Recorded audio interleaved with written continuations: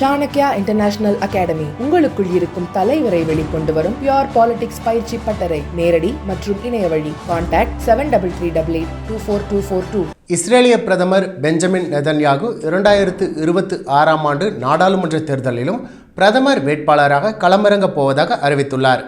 இஸ்ரேலின் சேனல் ஒன்றிற்கு அளித்த பேட்டியில் தனது திட்டங்களை பற்றி கேட்டபொழுது நெதன்யாகு இத்தகவலை உறுதிப்படுத்தியுள்ளார். 76 வயதான பெஞ்சமின் நெதன்யாகு இதற்கு முன் 1996 முதல் 1999 வரை ஒரு முறையும், பின்னர் 2009 முதல் 2021 வரை மீண்டும் ஒரு முறையும் பிரதமராக பதவி வகித்தார். பின்னர் 2022 முதல் இன்று வரை பதவியில் உள்ளார்.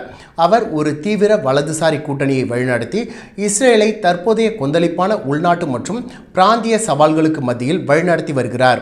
நெதன்யாகு பதவி காலத்தில் இந்த நூற்றாண்டின் மிகப்பெரும் இராணுவ தாக்குதல்களில் முக்கியமானதாக மாறியுள்ளது காசா போர்.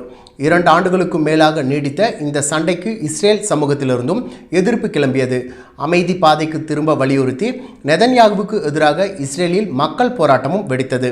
எகிப்து, கத்தார், துருக்கி மற்றும் அமெரிக்கா ஆகிய நாடுகளால் மத்தியஸ்தம் செய்யப்பட்டு அக்டோபர் 10 முதல் நடைமுறைக்கு வந்த போர் நிறுத்தம் பல கட்டங்களாக செயல்படுத்தப்பட்டு வருகின்றது. முதல் கட்டத்தில் கைதிகள் மற்றும் தடுப்பு காவலில் உள்ளவர்களை பரிமாறிக்கொள்வது, காசாவிற்குள் மனிதாபிமான உதவிகள் நுழைவது மற்றும் இஸ்ரேலிய படைகளை ஓரளவு திரும்ப பெறுவது ஆகியவை அடங்கும். இந்த ஒப்பந்தத்தின் கீழ் ஹமாஸ் மேலும் 18 உயிரிழந்த இஸ்ரேலிய பயண கைதிகளின் உடல்களை திரும்ப ஒப்படைக்க கடமைப்பட்டுள்ளது. பதற்றமான பேச்சுவார்த்தைகளுக்கு மத்தியில் இந்த செயல்முறை தொடர்ந்து நடந்து கொண்டிருக்கிறது. தேர்தல்கள், கூட்டணி கொள்கைகள் மற்றும் சிக்கலான பணைய கைதிகள் பரிமாற்ற செயல்முறை ஆகியவற்றின் கலவையான சூழ்நிலையை இஸ்ரேல் கடந்து செல்லும் வேளையில் நெதன்யாகுவின் அறிவிப்பு வெளியாகியுள்ளது.